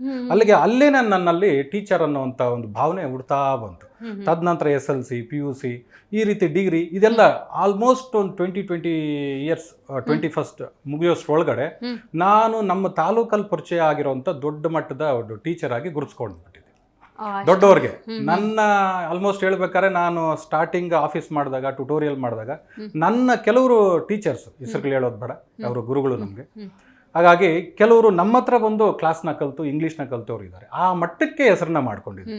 ತದನಂತರ ಯೋಚನೆ ಮಾಡಿದೆ, ಇದನ್ನೇ ನಾನು ಯಾಕೆ ಬದುಕನ್ನ ಕಟ್ಕೋಬಾರ್ದು. ಯಾಕಂದರೆ ನಾನು ಆ್ಯಕ್ಚುಲಿ ಹೇಳ್ಬೇಕಾದ್ರೆ ಸ್ಪೋಕನ್ ಇಂಗ್ಲೀಷಲ್ಲಿ ಒಂದು ಹೊಸದಾದಂಥ ಒಂದು ವಿಧಾನನ ಕಂಡಿಡ್ಕೊಂಡೆ. 20 ಇಯರ್ಸ್ ಬರೋಷ್ಟ್ರೊಳಗಡೆ ಹೊಸದಾದಂಥ ವಿಧಾನ ಅಂದರೆ ಕನ್ನಡ, ಇಂಗ್ಲೀಷ್, ಮ್ಯಾಥ್ಸ್, ಸೈನ್ಸ್ ಇವು 4 ಮಿಕ್ಸ್ ಮಾಡಿ ಒಂದು ರೀತಿ ಹೊಸದಾದಂಥದ್ದು. ಈಗ ನಾನು ನಿಮ್ಮ ಜೊತೆ ಮಾತಾಡ್ತಾ ಇದ್ದೀನಿ, I = am+2 + ತಾ ಇದ್ದೀನಿ, I am speaking with you. ನೀವು ನಮ್ಮ ಜೊತೆ ಮಾತಾಡ್ತಾ ಇದ್ದೀರಿ, U = r+2 + ತಾ ಇದ್ದೀರಿ, you are talking with me. ಈ ರೀತಿ ಕನ್ನಡ ಒಂದು ಸೂತ್ರಗಳನ್ನ ಕಲ್ತ್ಕೊಂಡ್ರೆ ಇಂಗ್ಲೀಷ್ ಕಲಿಬೋದು. ಈ ರೀತಿ ಕಲ್ತಿರೋರು 1,20,000 ಜನ ಇದ್ದಾರೆ ಕರ್ನಾಟಕದಲ್ಲಿ. 1,20,000 20,000 ಜನ. ನನ್ನ 25 ವರ್ಷಗಳ ಜರ್ನಿನಲ್ಲಿ ಇದು ನಾನೇ ಅನ್ಕೊಳ್ತಾ ಇರೋದು ಸಾಧನೆ ಅಂತ. ಅದು ಸೊಸೈಟಿಗೆ ಈಗ ಪರಿಚಯ ಆಗ್ತಾ ಇದೆ. ಬಟ್ ನಾನೇ ಒಂದು ಮಾನಸಿಕವಾಗಿ ಫೀಲ್ ಆಗ್ತಾ ಇದೆ, ವಾವ್, ನಾನೇನೋ ಮಾಡ್ತಾ ಇದ್ದೀನಿ, ಇಷ್ಟು ಜನ ನನ್ನ ಕೈಯಿಂದ ಬೆಳೀತಾ ಇದ್ದಾರೆ ಅನ್ನೋಂಥ ಖುಷಿ ಇತ್ತು ನನಗೆ. ಖಂಡಿತ. ವಿಶೇಷವಾಗಿ ನಾನು ಗ್ರಾಮೀಣ ಭಾಗನ ಉಲ್ಲೇಖ ಮಾಡಲೇಬೇಕು. ನೀವು ಹೇಳಿದ್ರಿ ಕುಗ್ರಾಮ ಅಂತ ಹೇಳಿ. ಆ ಕುಗ್ರಾಮದ ವಿದ್ಯಾಭ್ಯಾಸ, ಅಲ್ಲಿನ ಬದುಕು, ಇದೆಲ್ಲವೂ ಕೂಡ ನಿಮಗೆ ಗೊತ್ತಿರುತ್ತೆ. ಅಲ್ಲಿ ಕನ್ನಡವನ್ನು ಕೂಡ ನೆಟ್ಟಗೆ ಮಾತಾಡುವಂತ ವ್ಯವಸ್ಥೆ ಇರೋದಿಲ್ಲ. ಬೆಲ್ಟ್, ತೆಲುಗು ಮತ್ತೆ ತಮಿಳಿನ ಬೆಲ್ಟ್ ಅದು ಹೇಳ್ಬೇಕಾದ್ರೆ ಕನ್ನಡನೂ ಇದೆ. ಕನ್ನಡಕ್ಕಿಂತ ಡಾಮಿನೇಟ್ ಮಾಡ್ತಾ ಇರೋಂಥ ಪ್ಲೇಸ್ಗಳವು ಆ ಕಾಲದಲ್ಲಿ. ಅಂಥದ್ರಲ್ಲಿ ಇಂಗ್ಲೀಷಲ್ಲಿ ಮಾತಾಡಬೇಕು, ಸುಲಲಿತವಾಗಿ ಮಾತಾಡಬೇಕು, ಕಮ್ಯುನಿಕೇಷನ್ ಸ್ಟ್ರಾಂಗ್ ಆಗಿರಬೇಕು, ನಾನು ಮಾತಾಡೋ ಮಾತು ಇನ್ನೊಬ್ರಿಗೆ ಅರ್ಥ ಆಗಬೇಕು ಅಂದರೆ ಇಂಗ್ಲೀಷ್ ಫಸ್ಟ್ ಬರಬೇಕು. ಅದೇ ಅಭಾವ ಗ್ರಾಮೀಣ ಭಾಗದಲ್ಲಂತೂ. ಕಬ್ಬಿಣದ ಕಡಲೆ ಅಂತ ಆ ಪದ ಬಂದಿದ್ದೇ ಆ ಗ್ರಾಮೀಣ ಭಾಗದಿಂದ. ಇಂಗ್ಲಿಷ್ ಅನ್ನೋದು ಕಬ್ಬಿಣದ ಕಡಲೆ, ಅದನ್ನ ಈಸಿ ಮಾಡ್ಕೊಡ್ಬೇಕು ಅನ್ನೋದೇ ನನ್ನ ಮೂಲ ಉದ್ದೇಶ. ನಾನು ಮಿಡ್ಲ್ ಸ್ಕೂಲಿಂದಾನೇ ಸ್ಟಾರ್ಟ್ ಮಾಡ್ಕೊಂಡೆ ಅದನ್ನ. Okay, right. ಈಗ ಶಿಕ್ಷಕರಾಗಿ ಆ ಗುರುಗಳ ಸ್ಥಾನದಲ್ಲಿ ನಿಂತ್ಕೊಳ್ಳೋದು ಅಂದ್ರೆ ಅಷ್ಟು ಸುಲಭ ಅಲ್ಲ. ಈಗ ನಾವು ಹಲವಾರು ಸಂದರ್ಭಗಳಲ್ಲಿ ಮಾತಾಡ್ತಾ ಇರ್ತೀವಿ, ಯಾರೋ ಶಿಕ್ಷಕರಾಗಿದ್ದಾರೆ ಅಂದರೆ, ಅಲ್ಲ ನಾನು ಬೇರೇನೋ ಟ್ರೈ ಮಾಡ್ತಿದ್ದೆ, ಅಲ್ಲಿ ಅವಕಾಶ ಸಿಗಲಿಲ್ಲ, ಹಾಗಾಗಿ ನಾನು ಶಿಕ್ಷಕನಾದೆ ಅಂದರೆ ಆ ಥರದ ಮನೋಭಾವ ಇದೆ ಶಿಕ್ಷಕ ವೃತ್ತಿ ಅಂದಾಗ. ಬಟ್ ನೀವು ಹಲವಾರು ಸಂದರ್ಭಗಳಲ್ಲಿ ಹೇಳಿದ್ದೀರಿ, ನಾನು ಮೊದಲು ಜ್ಞಾನ ಸಂಪಾದನೆಯನ್ನು ಮಾಡಬೇಕು, ನಾನು ಪರಿಪೂರ್ಣ ಅನಿಸಿದ ಮೇಲೆ ಅಖಾಡಕ್ಕೆ ಇಳಿಬೇಕು ಅಂತ. ಇದ್ರ ಬಗ್ಗೆ ಹೇಳಿ. ಡೆಫಿನೆಟ್ಲಿ. ಯಾಕಂದರೆ ಸುಮಾರು ಜನಕ್ಕೆ ಆ ಥರ ಇದೆ, ನಾನು ಕೂಡ ಕಂಡಿದ್ದೀನಿ ಅದನ್ನು. ವಿಧಿ ಇಲ್ಲ ಅಂತ ಇದಕ್ಕೆ ಬಂದೆ, ವಿಧಿ ಇಲ್ಲ ಅಂತ ಇದಕ್ಕೆ ಬಂದೆ ಅಂತ ಹೇಳ್ತಾರೆ. ನಮ್ದೇನಿಲ್ಲ, ಬೇಸಲ್ಲೇ ಅನ್ಕೊಂಡಿದ್ದು ಟೀಚರ್ ವೃತ್ತಿಯಿಂದಾನೇ. ನೆಕ್ಸ್ಟ್ ಏನು ಸಿಗುತ್ತೋ ಗೊತ್ತಿಲ್ಲ, ಸಿಗೋದು ಎಲ್ಲರೂ ಪಡ್ಕೋಬೇಕಾದ್ರೆ ನಾನು ಫಸ್ಟ್ ಆಫ್ ಆಲ್ ಟೀಚರ್ ಆಗಬೇಕು. ಇವತ್ತು ಎಜುಕೇಷನ್ ಬಗ್ಗೆ ಟೀಚರ್ ಆಗಿರ್ತೀನಿ, ನೆಕ್ಸ್ಟ್ ಮುಂದಿನ ದಿನಗಳಲ್ಲಿ ಇನ್ನೇನೋ ಅದ್ರ ಬಗ್ಗೆ ನಾನು ಇನ್ನಷ್ಟು ನಾಲೆಡ್ಜ್ ತೊಗೊಂಡು ಬೇರೆ ಅದ್ರ ಬಗ್ಗೆ ಟೀಚರ್ ಆಗ್ತೀನಿ. But first of all teacher ಆಗೋಣ ಅನ್ನೋದು ಮೂಲತಃ ನಾನು ಡಿಸೈಡ್ ಆದೆ. ಇವತ್ತು ಅದಕ್ಕೋಸ್ಕರ ಇವತ್ತು education plus life skill hospitality ಅಂತೇಳಿ ಮಾಸ್ತಿನಲ್ಲಿ ನಮ್ಮ ತವರೂರನಲ್ಲೇ ಸ್ಟಾರ್ಟ್ ಮಾಡ್ಕೊಂಡಿದ್ದೀವಿ. ಖಂಡಿತ. ಮೊದಲನೇದಾಗಿ ನೀವು ಸಂಸ್ಥೆಯನ್ನು ಆರಂಭ ಮಾಡಿದ ಆ ದಿನಗಳು, ಯಾಕಂದರೆ ಆಸೆ ಯಾರು ಪಡಲ್ಲ, ಕನಸು ಯಾರು ಕಾಣಲ್ಲ, ಎಲ್ಲರೂ ಪಡ್ತಾರೆ, ಕಾಣ್ತಾರೆ. ಆದರೆ ಅದನ್ನ ಈಡೇರಿಸ್ಕೊಳ್ಳೋದು ಅಷ್ಟು ಸುಲಭ ಅಲ್ಲ. ಆ ಆರಂಭಿಕ ದಿನಗಳ ನೆನಪು ಮಾಡ್ಕೊಳ್ಬೋದಾ? ಫಿನಾನ್ಷಿಯಲಿ ಇರ್ಬೋದು, ಇವ್ರ ಕೈಲಿ ಮಾಡೋಕ್ಕಾಗುತ್ತಾ ಅನ್ನುವಂಥ ಟೀಕೆ ಟಿಪ್ಪಣಿಗಳಿರ್ಬೋದು, ಮಾಡ್ತೀರಾ ಮಾಡಿ ಅನ್ನೋ ಪ್ರೋತ್ಸಾಹ ಇರ್ಬೋದು. ಆ ದಿನಗಳು ಹೇಗಿತ್ತು? ಆ್ಯಕ್ಚುಲಿ ಹೇಳ್ಬೇಕಾದ್ರೆ ನನಗೆ ಅಷ್ಟೊಂದೇನು ಆ ಟೈಮಲ್ಲಿ ಕಾಣಿಸಿಲ್ಲ. ಫೈನಾನ್ಷಿಯಲಿ ಕ್ರಿಟಿಕಲ್ ಇತ್ತು ನಮಗೆ, ತುಂಬ ಬಡತನದಲ್ಲಿದ್ವಿ. ಅದು ಬಿಟ್ಟರೆ ಯಾರೂ ಕೂಡ ಇವ್ರ ಕೈಯಲ್ಲಿ ಆಗುತ್ತಾ ಎಷ್ಟು ಮಾತ್ರ ಅನ್ನೋರು ನನ್ನ ಯಾರೂ ಕೂಡ ಆ ಥರ ಅಂದ್ಕೊಂಡೇ ಇಲ್ಲ. ಯಾಕಂದರೆ ಬೇಸಲ್ಲೇ ನಾನು ಸುಮಾರು ಒಂದು 10 ವರ್ಷ 20 ವರ್ಷ ನಾನು ಆ ಕೆಲಸನ ಮಾಡಿ ತೋರಿಸಿದ್ದೆ. ಇಂಥ ನಾನು ಎಲ್ಲಾದರೂ ಕ್ಲಾಸ್ ಮಾಡ್ತೀನಿ ಅಂತ ಹೇಳಿದ್ರು, ಇಂಥವ್ರು ಮಾಡ್ತಾವ್ರಂತೆ, ಇಂಥವ್ರು ಟ್ಯುಟೋರಿಯಲ್ ಮಾಡ್ತಾರಂತೆ ಅಂತ ಮೊದಲೇ ಒಂದು 6 ಮಂತ್ಸ್ ಮುಂಚಿತವಾಗಿಯೇ ನಾವು ಅನೌನ್ಸ್ ಮಾಡ್ತಾ ಇದ್ವಿ. ಆ ರೆಸ್ಪಾನ್ಸ್ ಏನಾಗ್ತಿತ್ತು ಅಂದರೆ ಒಂದು ಆಫೀಸ್ ಸ್ಟಾರ್ಟ್ ಮಾಡೋಕೆ ಮೊದಲೇ ಅಡ್ಮಿಷನ್ ಆಗ್ತಿತ್ತು. ಆ ರೀತಿ ಇತ್ತು ಸ್ಟಾರ್ಟಿಂಗಲ್ಲಿ. ಅಂದರೆ ಎಕನಾಮಿಕಲಿ ತುಂಬ ಬಡತನ ಇತ್ತು. ಅಂದರೆ ಯಾವ ರೀತಿ ಬಡತನ ಅಂದರೆ, ನಾನು ರೂಮ್ಗೆ ರೆಂಟ್ ಕಟ್ಟಬೇಕಾದ್ರೆ ಏನಂತೀರಿ ನಾವು, ಕಂಬಳಿ ಕಡ್ಡಿ ಅಂತೇನೆ ಕರಿತೀವಿ, ಹುಳ, ರೇಷ್ಮೆ ಹುಳ, ಅದನ್ನು ಉಳೋಕೆ ಹೋಗಿದ್ದೆ ನಾವು. ಅದನ್ನು ಹೋಗಿ ಅದರಲ್ಲಿ ಬಂದಂಥದ್ದನ್ನು ರೂಮ್ ರೆಂಟ್ ಕಟ್ಟಿ, ನೆಕ್ಸ್ಟು ನನ್ನ ಸ್ಟೂಡೆಂಟ್ಸ್ ಕೆಲವರು ಟೇಬಲ್ ಆಗ್ಬೋದು, ಬೋರ್ಡ್ ಆಗ್ಬೋದು, ಇವೆಲ್ಲ ನನ್ನ ಸ್ಟೂಡೆಂಟ್ಸ್ ಕೊಡಿಸಿದ್ರು ಆ ಕಾಲದವರು. ಸೊ ಅದನ್ನು ಆ ಒಂದು ಸಹಕಾರದಿಂದ ಅಲ್ಲಿಂದ ಸ್ಟಾರ್ಟ್ ಆದಂಥ ನಮ್ಮ ಜರ್ನಿ ಹಿಂದಕ್ಕೆ ತಿರುಗಿ ನೋಡೇ ಇಲ್ಲ. ಎಲ್ಲ ಜರ್ನಿ, ಆ ಪಯಣ ಹೆಂಗಿತ್ತು ಹಂತ ಹಂತವಾಗಿ ಹೇಳ್ಬೋದಾ? ಅಫ್ಕೋರ್ಸ್ ಫಸ್ಟ್ ಬಂದಂಥದ್ದು ನನ್ನ ಲೈಫಲ್ಲಿ ಅಫಿಷಿಯಲಿ ನಾನು ಆಫ್ಟರ್ ಮೈ ಡಿಗ್ರಿ ಒಂದು ಏಜ್ ಬಂದ ಮೇಲೆ ಸ್ಟಾರ್ಟ್ ಮಾಡಿದ್ಮೇಲೆ ನನ್ನ ಸ್ಟೂಡೆಂಟ್ ಬಂದು ಮೊದಲಿಗೆ ನನ್ನ ಫ್ರೆಂಡಿನ ತಂಗಿ, ನನ್ನ ಫ್ರೆಂಡ್ ತಂಗಿ ಸುಗುಣ ಅಂತೇಳಿ ನನ್ನ ಮೊದಲನೇ ಸ್ಟೂಡೆಂಟ್. ತದನಂತರ ಅದೇ ಮೊದಲನೇ ಸ್ಟೂಡೆಂಟು, ಮೊದಲನೇ ಬ್ಯಾಚು ಅಂತ ಹೇಳ್ತಾರಲ್ಲ, ಆ ರೀತಿ ಮುನ್ರಾಜು, ಮಂಜುಳಾ, ಮತ್ತು ಹಫೀಜ್ ಅಂತ ಸುಮಾರು ಜನ, ಮೀನಾಕ್ಷಿ, ಈ ರೀತಿ ಸುಮಾರು ಆ ಬ್ಯಾಚಿಂದ ಆ ಬ್ಯಾಚ್ ಒಂದು ಬ್ಯಾಚು ಯಾವ ರೀತಿ ಅಂದರೆ ತಾಲೂಕು ಡಿಸ್ಟಿಕ್ ಲೆವೆಲ್ ಮಟ್ಟಕ್ಕೆ ನಮ್ಮನ್ನು ಹೆಸರು ಮಾಡಿಸ್ತು. ಇವತ್ತು ಅವರು ಕೂಡ ಅವ್ರದ್ದೇ ಆದಂಥ ರೂಟಲ್ಲಿ ಚೆನ್ನಾಗಿದ್ದಾರೆ. ಸಿಕ್ಕಿದಾಗ ಎಲ್ಲರೂ ಕೂಡ ಖುಷಿಯಿಂದ ಮಾತಾಡಿಸ್ತಾರೆ. ನಾವು ನಿಮ್ಮಿಂದ ಇಷ್ಟು ಮಾತ್ರ ಇದ್ದೀವಿ ಅಂತ ಹೇಳ್ತಾರಲ್ಲ, ಅದೇ ನಮಗೆ ಒಂದು ಕೋಟಿ. ಖಂಡಿತ. ಆ ಹಂತ ಹಂತದ ಬೆಳವಣಿಗೆ, ಈಗ ಆರಂಭದಲ್ಲಿ ಏನೋ ಮಾಡಿದ್ರಿ, ಮೊದಲ ಬ್ಯಾಚು, 2ನೇ ಬ್ಯಾಚು, 3ನೇ ಬ್ಯಾಚು, ಅದು ನೀವು ತಲುಪಿಸ್ತಾ ಹೋಗ್ತೀರಿ. ಅಂದರೆ ಆ ವಿದ್ಯಾರ್ಥಿಗಳ ನೋಂದಣಿಯ ಸಂಖ್ಯೆ ಜಾಸ್ತಿ ಆಗಬೇಕು ಅಂದರೆ ನಿಮ್ಮ ಕೆಲಸ ಹಂಗಿರಬೇಕು. ಮತ್ತು ಅಲ್ಲಿ ಯಾವ ರೀತಿ ನೀವು ಕಲಿಸ್ತಿದ್ರಿ, ಇದನ್ನು ತಿಳಿಸ್ಬೋದಾ? ಅಫ್ಕೋರ್ಸ್. ಈಗ ಸ್ಟಾರ್ಟಿಂಗಲ್ಲಿ ಒಂದು ಬ್ಯಾಚ್ ಬಂತು. ಸೊ ಮಾಸ್ತಿನಲ್ಲಿ ಫಸ್ಟ್ ಸ್ಟಾರ್ಟ್ ಮಾಡಿದ್ವಿ. ಒಂದು ಮಾಸ್ತಿನಲ್ಲಿ ತದನಂತರ ಮಾಲೂರು. ಅದಾದಮೇಲೆ ನಮ್ಗೆ ಅನಿಸ್ತು ನನ್ನ ಸ್ಟೂಡೆಂಟ್ಸೇ ಟೀಚರ್ ಆಗೋವಂಥ ಆಸೆ ಬಂತವರಲ್ಲಿ. ನಿಮ್ಮ ಥರ ನಾನು ಆಗಬೇಕು ಸರ್ ಅಂತ. ಅವರಲ್ಲೇ ಏನು ಡಿಗ್ರಿ ಆ ಮಟ್ಟಕ್ಕೆ ಮುಗಿದ ಮೇಲೆ 1 ವರ್ಷ 2 ವರ್ಷ ಟ್ರೈನಿಂಗ್ನ ಕೊಟ್ಟು ಸುಮಾರು ಒಂದು ನಮ್ಮ ಡಿಸ್ಟಿಕ್ಕು ಪಕ್ಕದ ಡಿಸ್ಟಿಕ್ಸ್ ಏನಿದೆಯೋ ಸುಮಾರು ಒಂದು 12-20 ಕಡೆ, ಎಲ್ಲ ಕಡೆ, ಈಗ ವರ್ತೂರು ಆಗ್ಬೋದು, ಕೇರ್ಪುರಂ, ಚಿಂತಾಮಣಿ, ಶ್ರೀನಿವಾಸಪುರ, ಮುಳಬಾಗ್ಲು, ಬಂಗಾರಪೇಟೆ, ಈ ರೀತಿ ಯಾವ ಹೋಬಳಿ ತಾಲೂಕುಗಳಿದೆಯೋ ಎಲ್ಲ ಕಡೆ ಸ್ಟಾರ್ಟ್ ಮಾಡಿ ಒಳ್ಳೆ ರೀತಿಯಲ್ಲಿ ಎಲ್ಲರೂ ಕೂಡ ಕೆಲಸ ಮಾಡೋ ರೀತಿಯಲ್ಲಿ ಆಯಿತು. ಸೊ ನನಗೆ ಅನಿಸ್ತು ಇದನ್ನು ಇನ್ನೂ ದೊಡ್ಡ ಮಟ್ಟಕ್ಕೆ ಮಾಡ್ಬೋದಲ್ಲ. ಅಂದರೆ ನೋಡಿ, ಅವರು ಕೊಟ್ಟಂಥ ಸಹಕಾರ ಮಾಡ್ಬೋದು ಅನ್ನೋದಕ್ಕೆ ಕೆಲಸ ಮಾಡೋರು 1 ವರ್ಷ 2 ವರ್ಷ ಕೆಲಸ ಮಾಡೋಷ್ಟೊಳಗಡೆ ಫ್ಯಾಮಿಲಿ ನಮ್ಮ ಕಂಟ್ರೋಲ್ ಇರ್ತಾ ಇಲ್ಲ. ಆ್ಯಸ್ ಅ ವರ್ಕರ್ ಕೆಲಸ ಮಾಡೋರು, ಅವ್ರ ಮದುವೆ ಆ ಥರ ಈ ಥರ ಆದಾಗ ಅವ್ರು ಬೇರೆ ಕಡೆ ಹೋಗೋರು, ಅವ್ರ ಮದುವೆ ಆದಮೇಲೆ ಹಸ್ಬೆಂಡು ನಮ್ಮ ಟಚ್ಚಲ್ಲಿ ಇರೋದಿಲ್ಲ, ಡಿಸ್ಕನೆಕ್ಟ್ ಆಗ್ಬಿಡೋದು. ಏನು ಮಾಡಬೇಕು ಇದಕ್ಕೆ ಅಂತೇಳಿ 2015 and 16 ಯಾಕೆ ನಾವು ಫ್ಯಾಮಿಲಿ ಸಮೇತ ಒಪ್ಪಿಸಿ ತಗೋಬಾರ್ದು ಅಂತೇಳಿ ಎಲ್ಲ ಟ್ಯುಟೋರಿಯಲ್ನು ಕ್ಲೋಸ್ ಮಾಡಿ ನಾವು ಮತ್ತು ನಮ್ಮ ಸ್ಟೂಡೆಂಟ್ಸು ವರ್ಕರ್ ಆಗಬೇಕಾಗಿರೋಂಥ ಸ್ಟೂಡೆಂಟ್ಸ್ ಎಲ್ಲ ಸೇರಿ ಎಲ್ಲ ಫ್ಯಾಮ್ಲಿಗಳನ್ನೂ ಒಂದು ಹತ್ರ ಸೇರಿಸೋಣ ಅಂತೇಳಿ 450 ಫ್ಯಾಮ್ಲಿಗಳನ್ನ ಒಂದು ಹತ್ರ ಸೇರಿಸೋದಕ್ಕೆ ಸುಮಾರು 10,000 ಮೀಟಿಂಗ್ಗಳನ್ನ ಕಂಡಕ್ಟ್ ಮಾಡ್ತೀವಿ. ಅವ್ರ ತಲೆಯಲ್ಲಿ ಎಷ್ಟೋ ನೋವುಗಳಿರ್ತವೆ, ಎಷ್ಟೋ ಡೌಟ್ಸ್ ಇರ್ತವೆ. 10,000 ಮೀಟಿಂಗ್ಗಳಂದರೆ ದಿನಕ್ಕಿಲ್ಲ ಅಂದ್ರೆ 3 ಇಂದ 4 ಮೀಟಿಂಗ್ ಮಾಡ್ತಾಯಿದ್ವಿ. ಅವ್ರ ಫ್ಯಾಮ್ಲೀಸು, ಅವ್ರ ವಿಲೇಜ್ ಮೆಂಬರ್ಸು, ಯಾರೋ ಒಬ್ಬ ವರ್ಕರ್ ಬರ್ತಾ ಇದ್ದಾರೆ ಅಂತ ಹೇಳಿದ್ರೆ ಅವರಲ್ಲಿ ಏನು ಅಲ್ಲೇ ಹೋಗ್ಬೇಕಾ, ಇಲ್ಲೊಂದು ಕಂಪ್ನಿ ಇತ್ತಲ್ವ, ಇಲ್ಲೊಂದು ಸ್ಕೂಲ್ ಇತ್ತವಲ್ಲ ಅನ್ನೋರು ಇರ್ತಾರೆ. ಆ ಫ್ಯಾಮ್ಲಿ ತಿಳ್ಕೊಬೇಕು, ಇಲ್ಲೇ ಯಾಕೆ ಕೆಲಸ ಮಾಡಬೇಕು ಅಂತ ಆ ಊರವ್ರು ತಿಳ್ಕೊಬೇಕು. ಸೊ ಇಷ್ಟೆಲ್ಲ ಮಾಡೋದಕ್ಕೆ ನಮಗೆ ಆಲ್ಮೋಸ್ಟ್ 5 years ಟೈಮ್ ತೊಗೊಳ್ತು. ಅದಾದ ನಂತರ ಸುಮಾರು 120 ತಾಲೂಕುಗಳಲ್ಲಿ ಸ್ಟಾರ್ಟ್ ಮಾಡಿದ್ವಿ. 120 ತಾಲೂಕುಗಳಲ್ಲಿ ಆಲ್ ಓವರ್ ಕರ್ನಾಟಕ ಎಲ್ಲ ಕಡೆನೂ ಸ್ಟಾರ್ಟ್ ಮಾಡಿದ್ವಿ. ಅದೇ ಏನೋ ಹೇಳ್ತಾರಲ್ಲ, ನಾವು ಎಷ್ಟೇ ಬುದ್ಧಿವಂತರಾದರೂ ವಿಧಿ ಒಂದು ಯೋಚನೆ ಮಾಡುತ್ತೆ ಅಂತ. ಕರೋನಾ ಟೈಮಲ್ಲಿ ಎಲ್ಲ ರೀತಿಯಲ್ಲೂ ಪ್ರಪಂಚಕ್ಕೆ ಏನಾಯಿತು ಅದೇ ರೀತಿಯೇ ನಮಗೂ ಕೂಡ ಒಂದು ಸ್ವಲ್ಪ ಡಿಸ್ಟರ್ಬೆನ್ಸ್ ಆಯಿತು, ಕೊಲ್ಯಾಪ್ಸ್ ಆಯಿತು. ಸೊ ತದನಂತರ ಇದೇ ಒಂದು ಇದರಲ್ಲಿ ಒಂದು ಸ್ವಲ್ಪ ಹೆಲ್ತ್ ಇಶ್ಯೂಸ್ ಆಯಿತು. ಒಂದು ಸ್ವಲ್ಪ ಅದ್ರ ಜೊತೆಗೆ ಕರೋನಾ ಟೈಮಲ್ಲಿ, ಅಂಥ ಟೈಮಲ್ಲೂ ಕೂಡ ಆನ್ಲೈನ್ ಮೂಲಕ 60,000 ಜನಕ್ಕೆ ಎಜುಕೇಷನ್ನ ಕೊಟ್ವಿ ನಮ್ಮ ಸಂಸ್ಥೆ. ಆದರೂ ಬಿಟ್ಟಿಲ್ಲ ನೀವು? ಆದರೂ ಬಿಟ್ಟಿಲ್ಲ. ಛಲ ಅಂದರೆ ನಾವು ಹೆಂಗಂದರೆ, ಯಾರಿಗಾದರೂ ಕರೋನಾ ಅಥವಾ COVID-19 ಬಂದರೆ ಗಾಡಿ ಪ್ರೈಸ್ ಕೊಡ್ತೀವಿ ಅಂತ ಅನೌನ್ಸ್ ಮಾಡ್ತೀವಿ. ಸೊ ಅಂದರೆ ಆ ರೀತಿಯಲ್ಲಾಗಿ ಛಲ, ಅದೇ ಬಂದರೆ ಹೋಗುತ್ತೆ ಹಂಗಂತ ಬಚ್ಚಿಕೊಂಡು ಸುಮ್ಮನೆ ಕೂತ್ಕೊಂಡಿದ್ರು ಕೂಡ ಅದು ಬೈದಿಂದನೇ ಹೋಗ್ಬಿಡ್ತೀವಲ್ವ.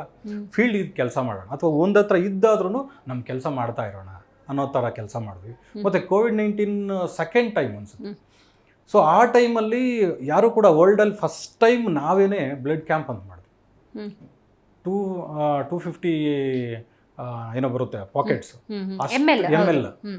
ಅದನ್ನ ನಾವು ಅಷ್ಟನ್ನ ನಾವು ಆಲ್ ಓವರ್ ಕರ್ನಾಟಕ ನಮ್ಮ ಸ್ಟೂಡೆಂಟ್ಸು ಅವ್ರ ಪೇರೆಂಟ್ಸ್ನ ಲಿಂಕ್ನ ತಗೊಂಡು ಫಸ್ಟ್ ಟೈಮ್ ವರ್ಲ್ಡಲ್ಲಿ ನಾವೇ ಒಂದು ಬ್ಲಡ್ ಕ್ಯಾಂಪ್ ಅಂತ ಮಾಡಿಸಿದ್ವಿ.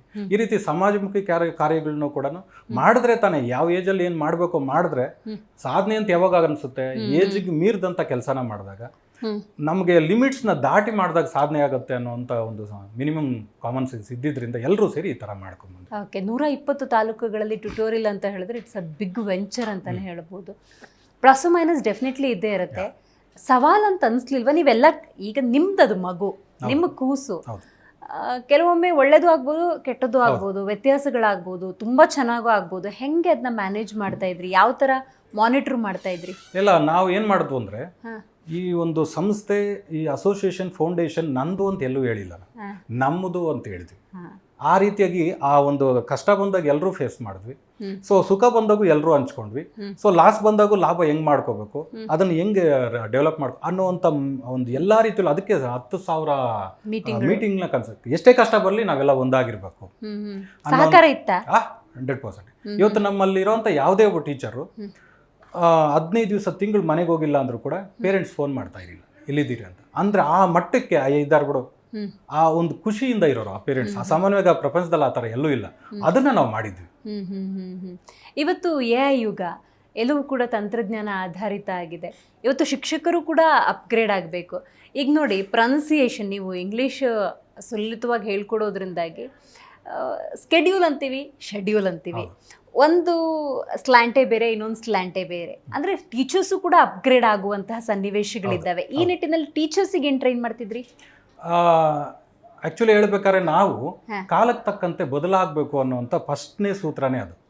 ಈಗ ನಾವು ಫಸ್ಟ್ ಆಫ್ ಆಲ್ ನಾವು ಮಾಡಿದ ಕೆಲಸ ಏನಂದರೆ, ಟೀಚರು ಯಾವುದೇ ಕಾರಣಕ್ಕೂ ನೀವೇನೇ ಟೀಚ್ ಮಾಡಿದ್ರು ರಿಸಲ್ಟ್ ಬರಬೇಕು, ಎರಡನೇದು ಬುಕ್ ಮುಟ್ಬಾರ್ದು. ಈ ರೀತಿಯಲ್ಲಿ ನಾವು ಮಾಡ್ಕೊಂಬಂದು ಅಲ್ಲಿಗೆ ಅಪ್ಡೇಟ್ ಆಗಲೇಬೇಕಾಗಿತ್ತು ಅವರು. ಈಗ ಫೇಸ್ಬುಕ್, ಇದೇನು ಯೂಟ್ಯೂಬ್ ಇದೆಲ್ಲ ಬಂದಿದೆ, ಅದಕ್ಕೆ ಹೊಂದ್ಕೊಳ್ಳೋದಕ್ಕೆ ನಾವು ಅದನ್ನೇ ಅಂತಾನೆ ನೋಡ್ತಾ ಇದ್ವಿ. ಹಾಗಾಗಿ ಅದೊಂದು ಆಗ್ತಾ ಇತ್ತು. ಮತ್ತು ಇನ್ನೊಂದು, ಈಗ ನಿಮ್ಮ ಮನಸ್ಸಲ್ಲಿ ಇನ್ನೂ ಒಂದು ಕ್ವಶನ್ ಇರುತ್ತೆ. ನೆಕ್ಸ್ಟ್ ಈಗ AI ಯುಗ, ಈಗ ಈ ಸ್ಪೋಕನ್ ಇಂಗ್ಲಿಷ್ ಇವೆಲ್ಲ ಹೇಳಿದ್ರೆ ಇದು ಮತ್ತೆ ನೆಕ್ಸ್ಟ್ ಕಂಟಿನ್ಯೂ ಆಗುತ್ತೆ, ಹೆಂಗ್ ವರ್ಕೌಟ್ ಆ ಕ್ವಶನ್ ಇರುತ್ತೆ ನಿಮ್ಗೆ. ಸೊ ಅದಕ್ಕೆ ನಮ್ಗೆ ಆಲ್ರೆಡಿ ನಾನು 20 ವರ್ಷಕ್ಕೆ ಮೊದಲೇ ಡಿಸೈಡ್ ಮಾಡಿದ್ದು, ಏನೇ ಬಂದರೂ ಕೂಡ ನಮ್ಮ ಫೀಲ್ಡ್ ಬೀಳಬಾರ್ದು ಅಂತ ನಾನು ಮೊದಲೇ ಡಿಸೈಡ್. ಯಾಕಂದರೆ ಒಬ್ಬ ವ್ಯಕ್ತಿನ ನಂಬಿ ಒಂದು ಖಾನ್ದಾನ್ ಅಂತ ಏನು ಕರಿತೀವಿ ನಮ್ಮ ಕಡೆ, ಒಂದು ಬೆಟಾಲಿಯನ್ ಬರುತ್ತಲ್ಲ, ಅವರು ಯಾವತ್ತೂ ಡಿಸ್ಟರ್ಬ್ ಆಗಬಾರ್ದು. ಯಾಕಂದರೆ ಇವತ್ತು AI ಬಂದಿದೆ, ಯೂಟ್ಯೂಬ್ ಇಷ್ಟೆಲ್ಲ ಬಂದಿದೆಯಲ್ಲ, ಏನು ಬಂದಿದ್ರು ಕೂಡ ಇರೋ ಮೆಥಡ್ನ ಹೊಸ ಟೆಕ್ನಾಲಜಿ ಬಳಸಿ ಹೇಳ್ಕೊಡ್ತಾ ಇದ್ರೆ. ಮೆಥಡ್ ಯಾವತ್ತೂ ಚೇಂಜ್ ಆಗ್ತಾ ಇಲ್ಲ. ಈಗ ನಾನು ಹೇಳ್ತೀನಿ, ಈಗ ಯೂಟ್ಯೂಬಲ್ಲಾಗಲಿ ಎಲ್ಲೇ ಆಗಲಿ ನಾನು ಹೇಳಿದ್ದನ್ನು ಸಿಗಲ್ಲ. ಅದಕ್ಕೆ ನಮ್ಮ ಫೀಲ್ಡು ಯಾವುದೇ ಕಾರಣಕ್ಕೂ ಬೀಳಲ್ಲ ಅಂತ ಹೇಳ್ತೀವಿ. ಎಕ್ಸಾಂಪಲ್, ಈಗ ಒಂದು ಫೋನ್ ಇದೆ, it is to does plus V S plus ತದೆ, it is to is plus to plus ತಾ ಇದೆ, it is has plus super plus ದೆ, it is to did plus to plus to, it is was plus to plus ತಾ ಇತ್ತು, it is has been plus to plus ತಾನೇ ಇದೆ, it is had been plus to plus ತಾನೇ ಇತ್ತು. ಇದು ನೋಡ್ಕೋಕೆ ಯಾರ ಕೈಯಲ್ಲ, because it has been created by me only. ನನ್ನ ಅದ್ರ ಮಾತ್ರ. ಏನೇ ಮಾಡಿದ್ರು ಕೂಡ ಇನ್ನೊಬ್ರದ್ದು ಕಾಪಿ ಹೊಡಿಯೋಕೆ ಹೋಗಲ್ಲ ನಾವು. ಯಾಕಂದ್ರೆ ಕಾಪಿ ಹೊಡೆದ್ರೆ ನನ್ನ ಹತ್ರ ಇನ್ನೊಬ್ರು ಕಾಪಿ ಹೊಡಿತಾರೆ, ಅಥವಾ ನಿಮ್ಮ ಹತ್ರ ನಾವೇನೋ ಕಲ್ತಿದ್ದೀವಿ ಅಂದ್ರೆ ನಿಮ್ಗೆ ಇನ್ನೊಬ್ರಿಗೆ ಹೇಳ್ಕೊಟ್ಟೇ ಇರ್ತೀರಂತ. ನಾವೇನೇ ಮಾಡಿದ್ರು ಸ್ವಂತವಾಗಿ ಮಾಡಿದಾಗ ಇನ್ನೊಬ್ರು ಕಾಪಿ ಹೊಡಿಯೋಕ್ಕೂ ಆಗಲ್ಲ, ನಮ್ಮ ಫೀಲ್ಡ್ ಬೀಳಲ್ಲ ಅನ್ನೋಂಥ ನಂಬಿಕೆ.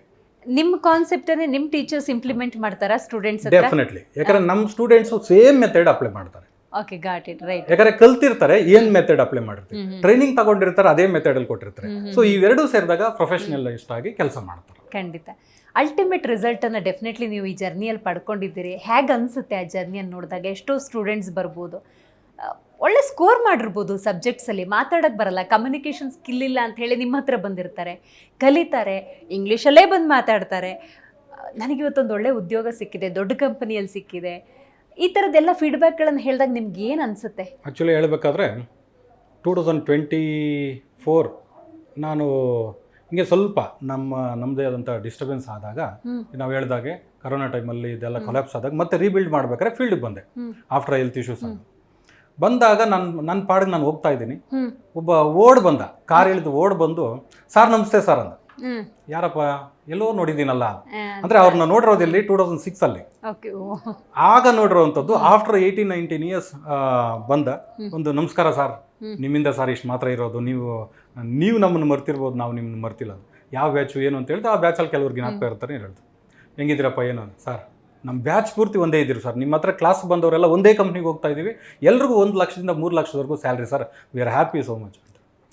ಅಲ್ಲಿಗೆ ನನಗೆ ಇನ್ನು ಅದಕ್ಕಿಂತ ರಿವಾರ್ಡ್ಸ್ ಏನು ಬೇಕಾಗಿದೆ ನನಗೆ, ಎಲ್ಲೋದ್ರೂ ಗುರುಸ್ತಾರಲ್ವ.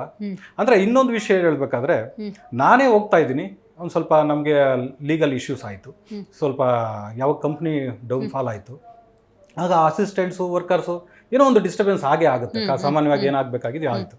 ಆಗ ಕೊಲ್ಯಾಪ್ಸ್ ಆಗಿ ಒಂದು ನ್ಯೂ ಸ್ಟೈಲಲ್ಲಿ ಬಿಲ್ಡ್ ಮಾಡಬೇಕು, ಎಲ್ಲ ಆಲ್ ಓವರ್ ಕರ್ನಾಟಕ ಯಾರೆಲ್ಲ ಇದ್ದಾರೋ ಅವ್ರನ್ನ ಮತ್ತೆ ರೀಬಿಲ್ಡ್ ಮಾಡ್ಕೋಬೇಕು, ಎಲ್ಲ ಅದನ್ನ ತಗೋಬೇಕು ಅಂತೇಳಿ ಓಡಾಡ್ಬೇಕಾದ್ರೆ ಬಸ್ಸಲ್ಲಿ ಹೋಗ್ತಾ ಇದ್ದೀನಿ, ಎಲ್ಲಿಂದ ಬಳ್ಳಾರಿಗೆ ಹೋಗ್ತಾ ಇದ್ದೀನಿ.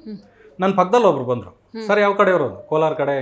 ಹೌದಾ, ಅಲ್ಲೊಬ್ರು ಇದ್ದಾರೆ ಸರ್, ಸೂತ್ರಗಳ ಮೂಲಕನೇ ಇಂಗ್ಲೀಷ್ ಅಂತ. ನಾವು ಈ ಕಡೆಯಿಂದ ಕಳಿಸ್ಕೊಟ್ಟಿದ್ವಿ ನಮ್ಮ ಮಗುನ, ಅಲ್ಲೇ ಊಟ ವಸತಿ ಕೊಟ್ಟು 15 ದಿವಸ ಅಲ್ಲೇ ಊಟ ಕೊಟ್ಟು ಅವ್ರ ಮಗು ಥರ ಸಾಕಿ ಎಜುಕೇಷನ್ ಕೊಟ್ಟು ಕಳಿಸಿದ್ರಿ. ಎಷ್ಟು ಚೆನ್ನಾಗಿ ಮಾತಾಡ್ತಾರೆ, ನಿಮ್ಮ ಕಡೆ ಎಜುಕೇಷನ್ ತುಂಬ ಮಾಡ್ತಾರೆ ಸರ್. ಮತ್ತು ನೋಡಿದ್ದೀರಾ ಅವ್ರನ್ನ?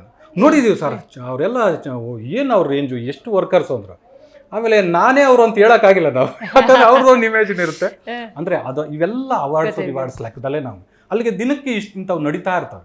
ಓಕೆ ಸರ್, ಈಗ ಹಾಗಾದ್ರೆ ಹೇಳಿ, ಯಾವ ಪ್ಯಾಟರ್ನ್ ಅಲ್ಲಿ ನೀವು ಅಂದ್ರೆ ಕಲ್ಸ್ಕೊಡ್ತೀರಿ? ಬ್ಯಾಚ್ ವೈಸಾ, ರೆಗ್ಯುಲರ್ ಆಗಿ ಬರ್ಬೇಕಾ, ಅವರ್ ವೈಸಾ, ಯಾವ ತರ ನೀವು? ಬ್ಯಾಚ್ ವೈಸ್ ಮಾಡ್ತೀವಿ. ಸೊ ಕೆಲವರು ಡ್ಯೂಟಿಗಳಿಗೆ ಹೋಗೋರಾದ್ರೆ ಅವ್ರಿಗೆ ಟೈಮ್ ಅಂತ ಇಡ್ತೀವಿ, ಸಪ್ರೇಟ್ ಟೈಮು, ಆ ಥರ ಎಲ್ಲ. ಬಟ್ ಯಾವುದೇ ಕಾರಣಕ್ಕೂ ಆನ್ಲೈನ್ ಈಗ ನಾವು ಸ್ಟಾರ್ಟ್ ಮಾಡ್ಬೇಕು ಅನ್ಕೊಂಡಿದೀವಿ ಹೊರತು ಮೊದಲು ಮಾಡಕ್ ಹೋಗಿರಲಿಲ್ಲ. ಯಾಕಂದ್ರೆ ಅಷ್ಟು ಚೆನ್ನಾಗಿ ರಿಸಲ್ಟ್ ಬಂದಿದ್ದು ನಾವು ಯಾವಾಗ ಫೇಸ್ ಟು ಫೇಸ್ ನೋಡ್ ಮಾಡ್ತೀವಿ ಕೆಲಸನ ಅಥವಾ ಒಂದು ಟೀಚಿಂಗ್ನ, ಚೆನ್ನಾಗಿರುತ್ತೆ ಅದು.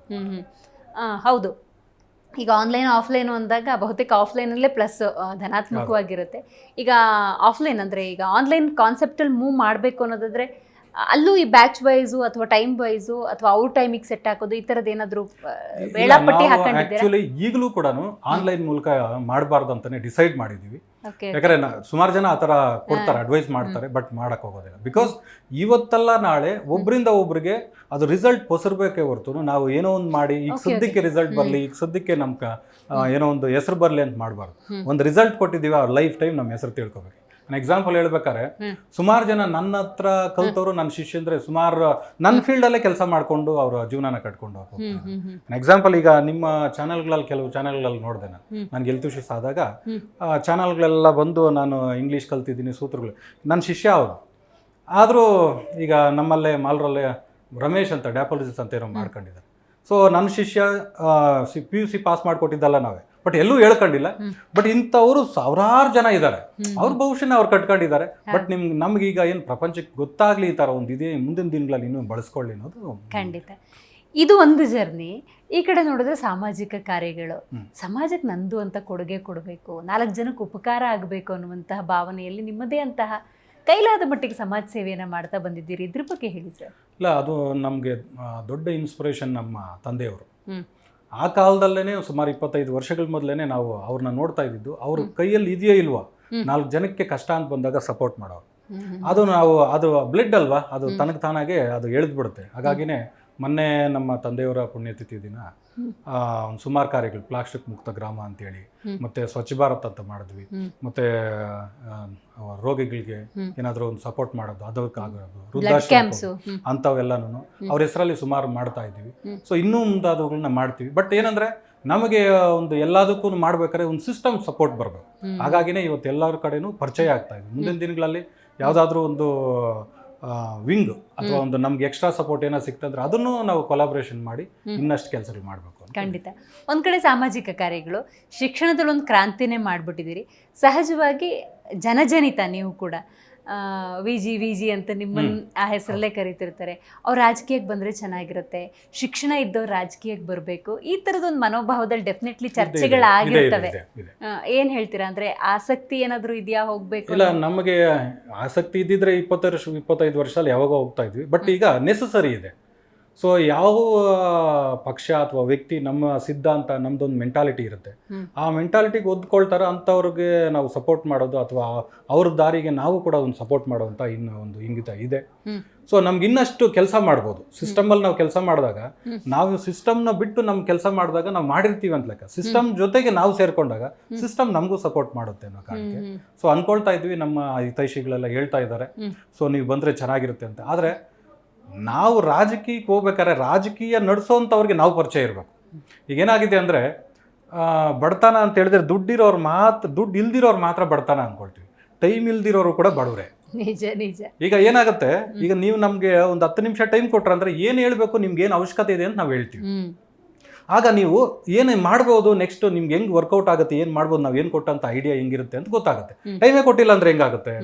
ಇವತ್ತು ಸ್ಟೂಡೆಂಟ್ಸು ಅವ್ರ ಹತ್ರ ಏನೂ ಇರೋದಿಲ್ಲ, ಟೈಮ್ ಮಾತ್ರ ಇರುತ್ತೆ. ಆ ಟೈಮ್ ಇನ್ವೆಸ್ಟ್ ಮಾಡಿದ್ದಾರೆ ಅಂದ್ರೆ ಅವ್ರು ಚೆನ್ನಾಗಿ ಎಜುಕೇಶನ್ ಕಲಿತಾರೆ, ಲೈಫ್ಗೆ ಹೋಗ್ತಾರೆ. ಈ ರೀತಿ ಏನೇ ಆಗಲಿ, ನಾನು ಯಾರಾದರೂ ಬಂದರೆ ನನ್ನ ಹತ್ರ ಏನಿದೆಯೋ ಇಲ್ವೋ, ನನ್ನ ಕೈಲಾಗುವಂಥದ್ದೇನು ಟೈಮ್, ಅವ್ರು ಏನು ಹೇಳ್ತಾರೋ ಫಸ್ಟ್ ಕೇಳಿಸ್ಕೊಂಡು. ಇದೇ ರೀತಿ ಯಾರು ಬಡವರಲ್ಲ ಟೈಮ್ ಇಷ್ಟಿದ್ದಲ್ಲಿ. ಸುಮಾರು ಜನ ಹೇಳೋವಂಥದ್ದು ಏನಂದ್ರೆ ಬಿಸಿ ಇದ್ದೀವಿ, ನೋಡೋಣ, ಸಿಗೋಣ, ನೆಕ್ಸ್ಟು ಅಂತಾರೆ. ಅವ್ರನ್ನ ನಾವು ಕನ್ಸಿಡರ್ ಮಾಡೋದು ಬಡವರು ಇವರು. ಸೊ ಇವರು ಯಾವುದೋ ಇದರಲ್ಲಿದ್ದಾರೆ ಅಂದರೆ ಇದಕ್ಕೆ ಟೈಮ್ ಕೊಟ್ಟಿದ್ರೆ ಇದರಿಂದ ಎಷ್ಟೋ ಅನುಕೂಲಗಳದು. ಇವತ್ತು ನಮಗೆ ಆಲ್ಮೋಸ್ಟ್ 1,20,000 ಜನ ನಮ್ಮ ಫಾಲೋಯರ್ಸ್ ಇದ್ದಾರೆ ಆಲ್ ಓವರ್ ಕರ್ನಾಟಕ. ಇಷ್ಟು ಜನ ನಮ್ಮ ವರ್ಕರ್ಸು, ನಮ್ಮ ಅನುಭವ, 25 ವರ್ಷಗಳ ನಮ್ಮ ಅನುಭವ ನಾವು ಯಾವುದೋ ಒಂದು ಪಕ್ಷಕ್ಕೆ ಕೊಡಬೇಕು. ನಮ್ಮ ಮನಸ್ಸಲ್ಲಿ ಒಂದು ಪಕ್ಷ ಅನ್ನೋದು ಇದ್ದೇ ಇರುತ್ತೆ. ನಾವು ಕೈ ಕೊಟ್ಟಷ್ಟೇ ಅವ್ರು ಕೈ ಕೊಟ್ಟಾಗ ಅದು ಶೇಕ್ ಹ್ಯಾಂಡ್ ಆಗುತ್ತೆ, ಇಲ್ಲಾಂದ್ರೆ ಏನಾಗುತ್ತೆ? ಹಾಗಾಗಿ ನಾವು ಈಗ ರಿಸರ್ಚ್ ಮಾಡ್ತಾ ಇದ್ವಿ, ಹೊಸ ರೀತಿಯಲ್ಲಿ ಏನಾದರೂ ಮಾಡಬೇಕು. ರಾಜಕೀಯವಾಗಿ ಅಕಸ್ಮಾತ್ ನಾವು ಕಾಲ ಕೂಡಿ ಬಂದಾಗ ಇನ್ನಷ್ಟು ಸರ್ವಿಸ್ನ ನಾವು ಜಾಸ್ತಿ ಮಾಡ್ಬೋದು. ನಂಗೆ ಹಂಗಾದ್ರೂ ಒಂದು ಕುತೂಹಲ ಬಂತು. ಈಗ ನೋಡಿ, ನಿಮ್ಮ ಈ ಜರ್ನಿಯಲ್ಲಿ ಏಳು ಬೀಳುಗಳನ್ನ ಡೆಫಿನೆಟ್ಲಿ ನೀವು ಅನುಭವಿಸಿರ್ತೀರ. ಅಂದರೆ ಫಿನಾನ್ಷಿಯಲು ಎಷ್ಟೋ ಸಂದರ್ಭದಲ್ಲಿ ತೊಂದರೆ ಆಗಿರ್ಬೋದು. ಈಗ ಸರ್ಕಾರ ಅಂದರೆ ಒಂದು ಸಿಸ್ಟಮ್ ಜೊತೆ ಕೆಲಸ ಮಾಡಿದಾಗ ಒಂದು ಅನುದಾನ ಅನ್ನೋದು ಲಭ್ಯ ಆಗುತ್ತೆ, ಶಿಕ್ಷಣಕ್ಕೆ ಅಂತ ಮೀಸಲಿಟ್ಟ ಹಣ ಇರುತ್ತೆ, ಅದನ್ನು ಗ್ರಾಮೀಣ ಪ್ರತಿಭೆಗಳಿಗೆ ಕೊಡ್ಬೋದು, ವಿದ್ಯಾರ್ಥಿಗಳಿಗೆ ಕೊಡ್ಬೋದು. ಹಾಗಾಗಿ ಒಂದು ಪಕ್ಷ ಅಥವಾ ಒಂದು ಗೌರ್ಮೆಂಟ್, ಒಂದು ಸರ್ಕಾರದ ವತಿಯಿಂದ ಮಾಡಬೇಕು ಅನ್ನೋ ಭಾವನೆ ಬರಲ್ವಾ? ಡೆಫಿನೆಟ್ಲಿ ಇದೆ. ಅದನ್ನ ಎಕ್ಸಾಂಪಲ್ ಕೂಡ ನಡೆದೋಗಿದೆ. ಸೊ 2022 ಆ ಟೈಮಲ್ಲಿ ಸರ್ಕಾರದ ಕಡೆಯಿಂದ 5 ಕೋಟಿ ರೂಪಾಯಿ ಬಿಡುಗಡೆ ಮಾಡ್ತಾರೆ. ಏನು ಸ್ಪೋಕನ್ ಇಂಗ್ಲೀಷ್ ಬಡ ಮಕ್ಕಳಿಗೆ ಹೇಳ್ಕೊಡೋದಕ್ಕಂತ ಅಪ್ಲಿಕೇಶನ್ ಹಾಕಿದ್ದು ನಾವು ಮಾತ್ರ. ಒಂದು ಬೇರೆ 2 ಅಪ್ಲಿಕೇಶನ್ ಇದ್ದರೆ ಇಲ್ಲ ನಮ್ಗೆ ಆಗಿಲ್ಲ ಅವ್ರಿಗಾಯಿತು ಅನ್ನೋ ಥರ ಹೇಳ್ಬೋದು. ಒಂದೇ ಅಪ್ಲಿಕೇಶನ್ನು. ಸೊ ರಾಜಕೀಯವಾಗಿ ಗಾಢವಾಗಿ ನಾವು ಒಳಗೆ ಇಲ್ಲ ಅನ್ನೋ ಒಂದು ಕಾರಣಕ್ಕೆ ಸೊ ಅದಾಗಿಲ್ಲ. ಡಿಸ್ಟ್ರಿಕ್ಟ್ ವೈಸ್ ಡಿಸ್ಟ್ರಿಬ್ಯೂಟ್ ಮಾಡ್ತಾರೆ. ಅವರು ಏನು ಟೀಚ್ ಮಾಡಬೇಕಾಗಿ ಲೋಕಲ್ ಟೀಚರ್ಸ್ನ ಕರ್ಕೊಂಡು ಟೀಚ್ ಮಾಡಿರ್ತಾರೆ. ಬಟ್ ಅದೇ ನಮ್ಮ ಪೊಲಿಟಿಕಲ್ ಬಲ ಇದ್ದಿದ್ರೆ ಅದು ನಮ್ಮ ಕಡೆಯಿಂದ ಸೊಸೈಟಿಗೆ ಸೇರ್ತಾ ಇತ್ತು, ಅದು ಒಳ್ಳೆ ಎಜುಕೇಷನ್ ಸಿಗ್ತಾ ಇತ್ತು. ಆವಾಗ ಯೋಚನೆ ಮಾಡಿದೆ, ಕರೆಕ್ಟು, ಇದೇನೋ ಮಾಡಿ ಸಿಸ್ಟಮಲ್ಲಿ ಯಾವುದೋ ಒಂದು ಕಡೆ ನಾವು ಇರಲೇಬೇಕಾಗತ್ತೆ. ಇಲ್ಲಾಂದರೆ ಇಂಥ ಸರ್ವಿಸ್ನ ನಾವು ಎಷ್ಟೇ ದಿನಕ್ಕೂ ನಾವೇ ಓನಾಗಿ ಮಾಡ್ಕೊಳಕ್ಕಾಗಲ್ವಲ್ಲ. ಹಾಗಾಗಿ ಆವತ್ತು ಡಿಸೈಡ್ ಮಾಡಿ ಜ್ಞಾನೋದಯ ಆಗಿದ್ದು ನಿಧಾನಕ್ಕೆ ಹಂತವಾಗಿ ನಮ್ಮ ಕೆಲಸದ ಮೂಲಕ ಗುರುತಿಸ್ಕೊಳ್ಳೋಂಥ ಕೆಲಸನ ಮಾಡ್ತಾ ಇದ್ದೀವಿ. ನಿಮ್ಮ ಈ ಪಯಣದಲ್ಲಿ ನಿಮ್ಮ ಸಿಬ್ಬಂದಿ ಸಹಕಾರ ಹೇಳಿ ಹಾಗಾದರೆ.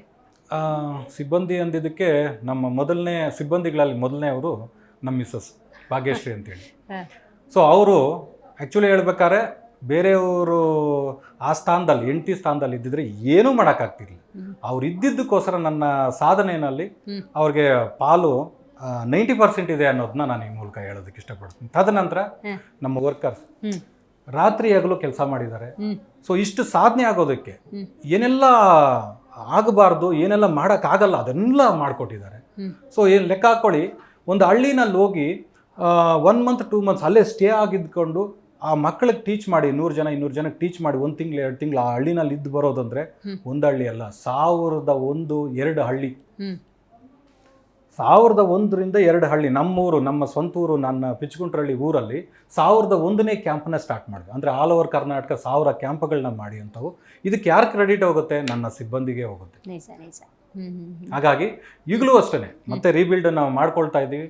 ಏನೆಲ್ಲ ಸಿಸ್ಟಮ್ ಇವತ್ತೇನು ಮೀಡಿಯಾ ಇದೆ, ಸೋಷಿಯಲ್ ಮೀಡಿಯಾ ಇದೆ, ಅದರಲ್ಲೂ ಸರ್ಕಾರದ ಒಂದು ಅನುಕೂಲನ ತಗೊಂಡು ನೆಕ್ಸ್ಟ್ ಲೆವೆಲ್ಗೆ ಎಲ್ಲ ರೀತಿಯಲ್ಲೂ ನೆಕ್ಸ್ಟ್ ಲೆವೆಲ್ ಕಟ್ಕೊಂಡು ಹೋಗುವಂಥ ಕೆಲಸನ ಮಾಡ್ತಾ ಇದ್ದೀವಿ. ನಿಮ್ಮ ಕುಟುಂಬದ ಸಹಕಾರ, ನಿಮ್ಮ ಪತ್ನಿ ಬಗ್ಗೆ ಹೇಳಿದ್ರಿ, ಇನ್ನು ದೊಡ್ಡ ಮಟ್ಟದಲ್ಲಿ ಇನ್ನು ಉನ್ನತ ಮಟ್ಟಕ್ಕೆ ಹೋಗೋಣ ಈ ನಿಟ್ಟಿನಲ್ಲಿ ಏನಾದರೂ ಯೋಚನೆಗಳನ್ನ ಶೇರ್ ಮಾಡ್ತಾರಾ? ಹೆಂಗೆ ಅವ್ರ ಸಹಕಾರ? ನಮ್ಮ ಕೆಲಸ ನಮಗೆ ತಂದು ಕೊಡಬೇಕು.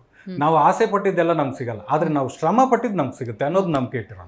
ಯಾಕಂದರೆ ನಾವು 90% ನಮ್ಮ ಹಾರ್ಡ್ ವರ್ಕು, ಮಿಕ್ಕಿದ 10% ಮಾತ್ರ ದೇವ್ರ ಮೇಲೆ ಭಾಗ ಹಾಕ್ಬೇಕು. ಅದು ಅದೃಷ್ಟ ಅಂತ ನಾವು ಫೀಲ್ ಆಗ್ತೀವಿ.